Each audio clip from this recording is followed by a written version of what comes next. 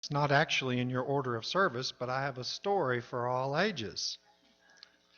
And our story for all ages today is an Ethiopian tale from Northeast Africa titled Fire, Water, Truth, and Falsehood. Long ago, fire, water, truth, and falsehood lived together in one large house. They were considerate of one another, but tried to stay out of one another's way. Truth and falsehood sat as far apart as they could, and fire stayed out of water's way. One day, the four housemates went hunting together. They found a herd of cattle and began driving them home. Truth spoke up and said, "Let us divide the cattle equally among us, for that is the only fair way." No one disagreed. But as they walked, falsehood decided that it would better to have more than an even share of the cattle. And so falsehood went over to water and said, "You're more powerful than fire. Destroy fire, and there'll be more cattle for all of us." Water flowed over to fire, who soon went out in a steaming burst of smoke. Now, there were only three. Falsehood whispered to truth, "Look how water has destroyed fire. Let's leave water and go high into the mountains so our cattle can graze." Higher and higher they climbed, and since water cannot flow upward, it could not follow. Water washed down the slope, as it does to this very day. When truth and falsehood reached the mountaintop, falsehood turned on truth and said, "I am more powerful than you. You are now my servant. I am your master. All the cattle belong to me." But truth would not agree. "I will never be your servant," truth cried. They fought bitterly until finally they decided to bring their argument to the wind. Wind could decide who the master was, but wind didn't know. Wind blew all over the world, asking people whether truth or falsehood was more powerful. Some people said, "A single word of falsehood can destroy truth." Others said, "Like a small candle in the dark, one word of truth can change everything." Wind listened carefully to what everyone had to say and returned with an answer. Wind said, "I see now that falsehood is very powerful, but it can only rule where truth has stopped struggling to be heard." Amen. Now, if you would, please close your eyes or center yourself in whatever way works for you, and join me in a time of prayer and meditation as I share a prayer given by the Reverend Dr. Martin Luther King, Jr. Oh God, we thank you for the fact that you have inspired men and women in all nations and in all cultures. We call you different names. Some call you Allah, some call you Elohim, some call you Jehovah, some call you Brahma, some call you the unmoved mover. But we know that these are all names for one and the same God. Grant that we will follow you and become so committed to your way and your kingdom that we will be able to establish in our lives and in this world a brother and sisterhood, that we will be able to establish here a kingdom of understanding where men and women will live together as brothers and sisters and respect the dignity and worth of every human being.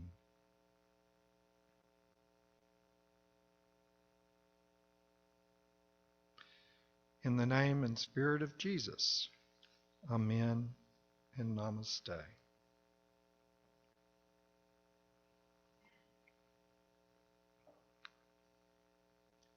I wasn't here for Black History Month, but I'd like to still share some wisdom from Dr. Martin Luther King Jr. His words have stopped me in my tracks, making me both think and act in different ways. Recently, I wondered where many of those words came from. One place is from one of his most famous books, Strength to Love. The cover of the book summarizes the contents well, saying, "Many of Martin Luther King's deepest insights about life, good and evil, and the Christian faith were forged in the heart of conflict and struggle." In this famous text, Dr. King brought together many of his most stirring pieces to address the perennial and perplexing questions of faith and social justice, such as, how can we confront the complexity of our own natures to meet the challenges of justice and peace? And what can Jesus teach us about adversity, love, and freedom? These and many other challenging insights are found within the covers of this powerful book. I'll share just a few, and the first I'll share is something King says we each need to possess: a tough mind and a tender heart. King says, life at its best is a creative synthesis of opposites in fruitful harmony. The philosopher Hegel said that truth is found neither in the thesis nor the antithesis, but in an emergent synthesis that reconciles the two. And Jesus also recognized the need for blending opposites. He said, "Be ye therefore wise as serpents and harmless as doves." And we must combine the toughness of the serpent and the softness of the dove, a tough mind and a tender heart. King goes on saying, there is almost a universal quest for easy answers and half-baked solutions. Nothing pains some people more than having to think. Unfortunately, our minds are constantly being invaded by legions of half-truths, prejudices, and false facts. One of the great needs of mankind is to be lifted above the morass of false propaganda. The soft-minded man always fears change. He feels security in the status quo, and he has an almost morbid fear of the new. For example, an elderly segregationist in the South is reported to have said, "I have come to see now that desegregation is inevitable, but I pray to God that it will not take place until after I die." The soft-minded person always wants to freeze the moment and hold life in the gripping yoke of sameness. Soft-mindedness often invades religion. This is why religion has sometimes rejected new truth with a dogmatic passion.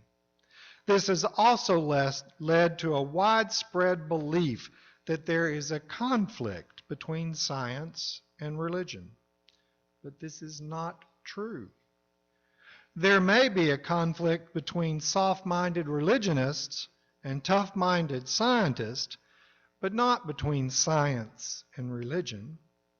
Science investigates, religion interprets.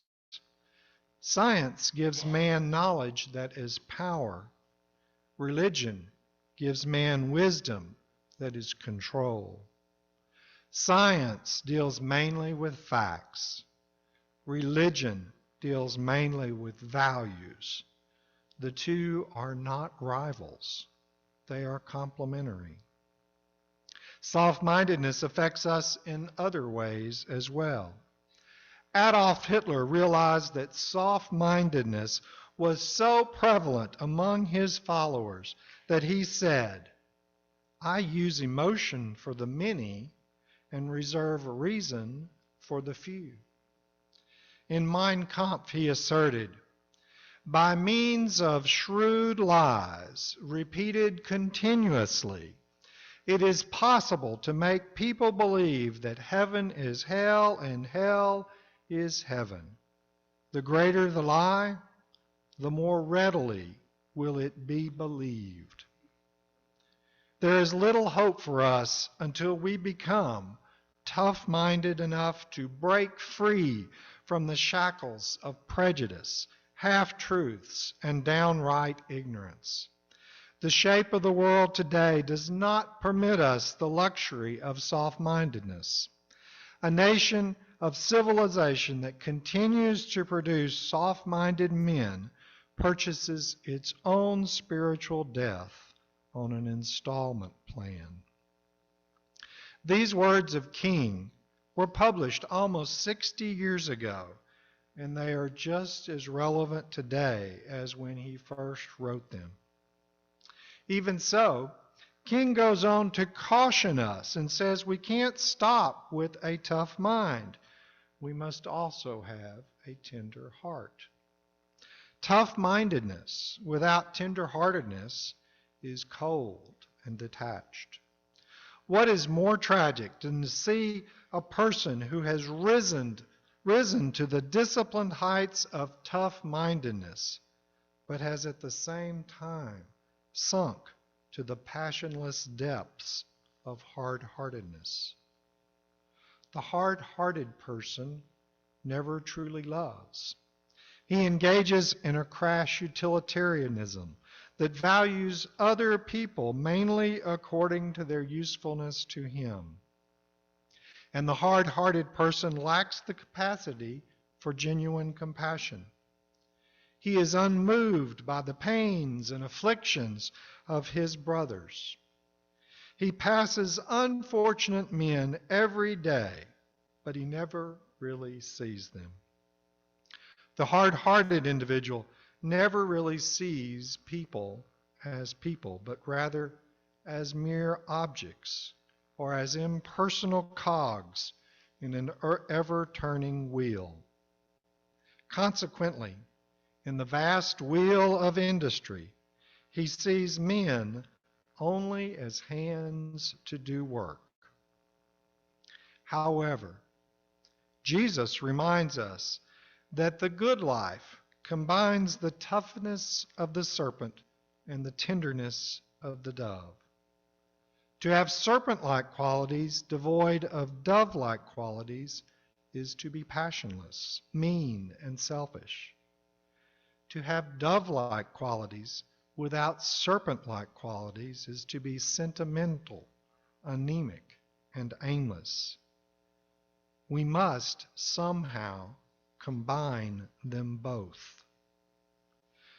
This challenge to work with these two opposite qualities is not easy, but that is the challenge that King assigns to each of us. Being tough-minded and tender-hearted in a world that would have us be one or the other. The next insight I'll share is that we must be willing to take risks. King takes this challenge on through the concept of altruism, which the dictionary defines as regard for and devotion to the interest of others. And he pursues altruism through one of Jesus's most famous parables, the parable of the Good Samaritan. Remember, this is the parable of the man beaten and left for dead on the side of the road. Two highly respectable Jewish people, a Levite and a priest, pass by the man without helping, while a Samaritan, someone despised by Jews, actually stopped and helped the man. We don't relate to this ancient animosity between Jews and Samaritans, but we do when we substitute them with Christians and Muslims, or other groups of people who vilify each other. Altruism comes into place when we move out of our comfort zone and help someone alien to us, outside of our tribe, of our economic group. After seeing someone in need, I often hear someone say, "They don't deserve help," or "Be careful, you might get hurt," or "It's just a waste of time." And far too often we listen and we don't help. This other person in need is almost always someone who doesn't look like us, or who is obviously unstable, or from a vastly different economic situation. Whatever the case, we often find a reason to avoid them. But King says, one of the great tragedy of man's long trek along the highway of history has been the limiting of neighborly concern to tribe, race, class, or nation. The God of the early Old Testament days was a tribal God, and the ethic was tribal. What are the devastating consequences of this narrow, group-centered attitude? It means that one does not really mind what happens to the people outside of his or her group. If a white man is concerned only about his race, he will casually pass by the African American who has been robbed of his personhood, stripped of his sense of dignity, and left dying on some wayside road.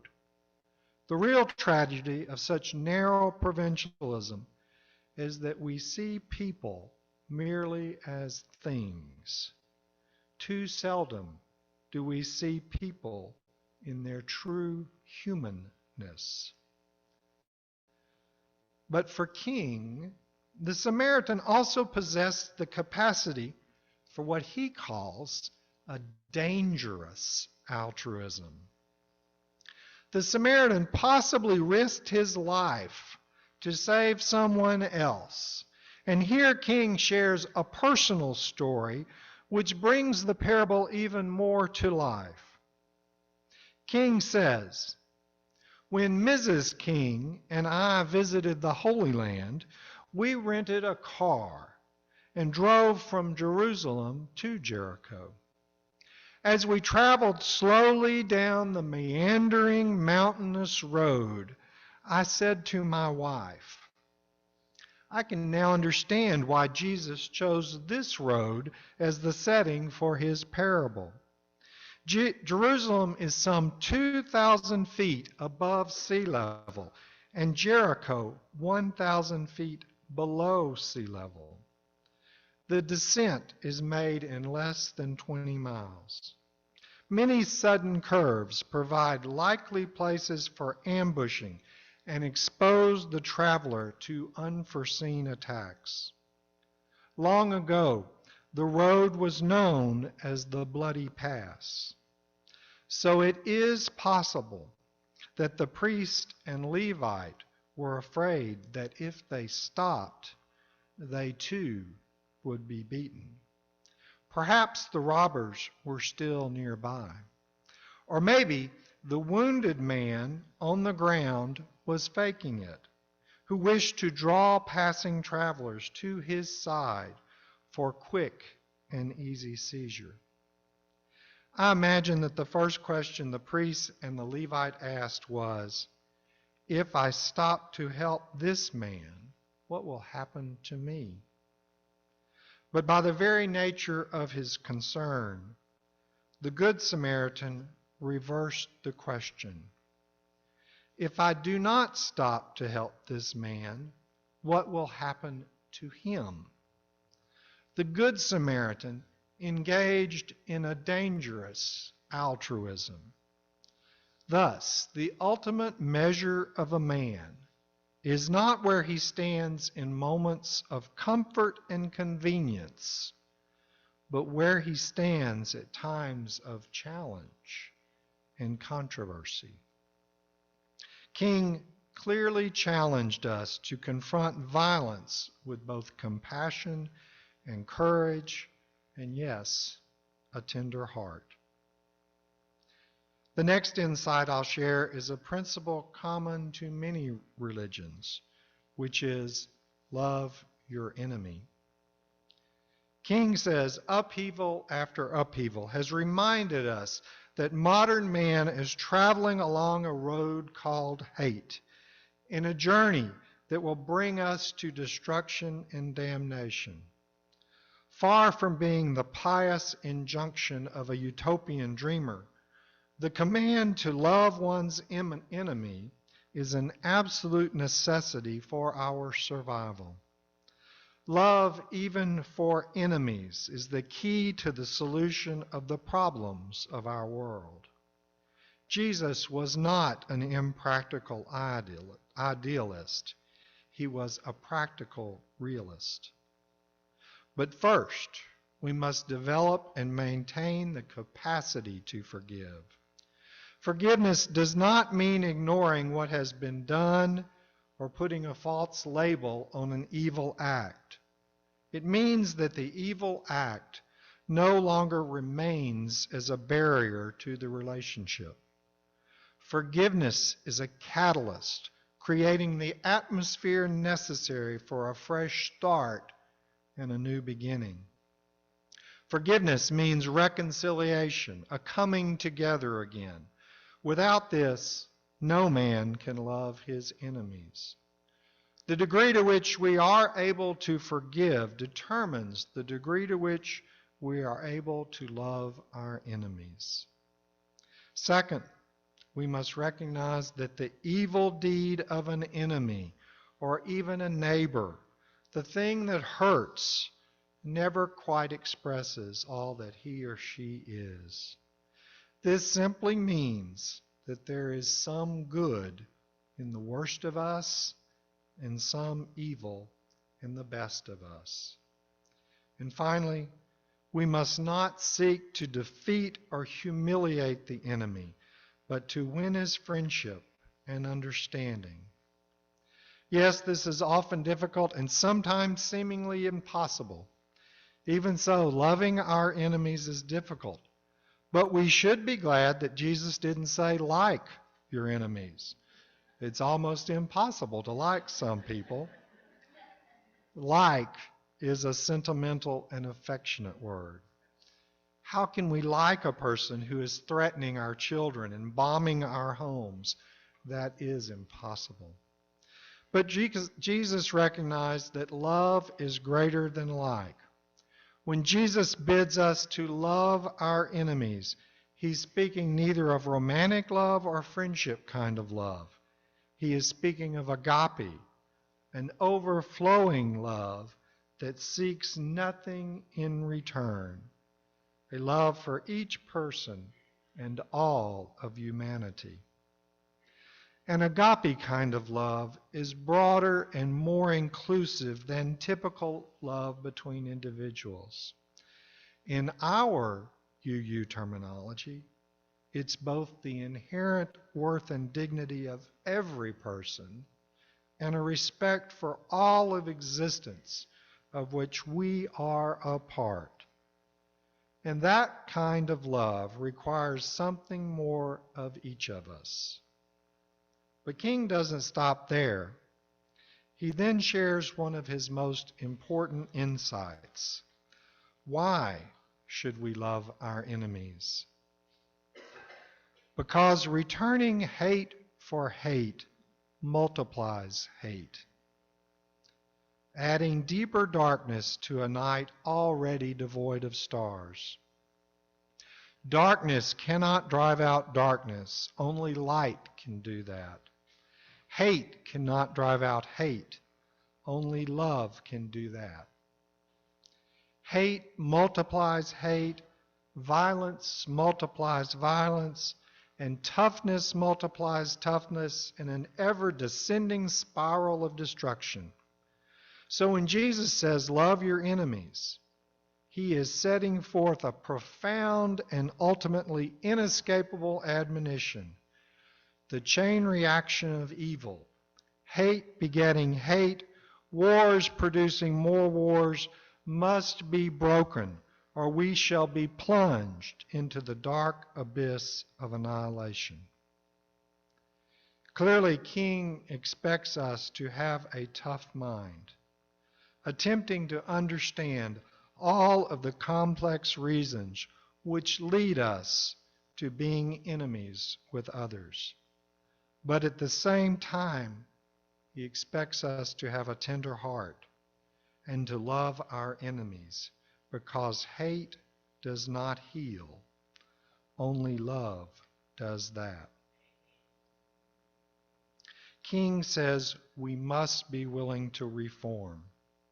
He was speaking of the church of 1963, but it resonates just as well today. King says, by ignoring the need for social reform, religion is divorced from the mainstream of human life. I am certain we need to pray for God's help and guidance in all our struggles, but we are gravely misled if we think that the struggle will be won only by prayer. God, who gave us minds for thinking and bodies for working, would defeat his own purpose if he permitted us to obtain through prayer what may come through work and intelligence. Prayer is a marvelous and necessary supplement to our feeble efforts, but it is a dangerous substitute. When Moses strove to lead the Israelites to the promised land, God made it clear that he would not do for them what they could not do for themselves. We must pray earnestly for peace, but we must also work vigorously for disarmament and suspension of weapon testing. And we must pray with unceasing passion for social justice, but we must also use our minds to develop programs, organize ourselves into mass nonviolent action, and employ every resource of our bodies and souls to bring an end to racial injustice.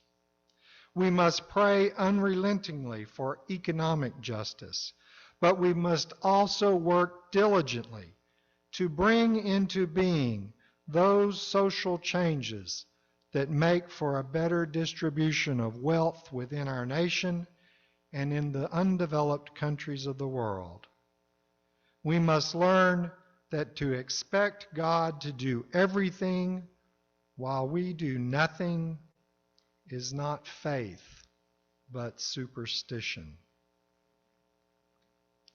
I'll close by sharing again what I consider to be King's most profound proclamation.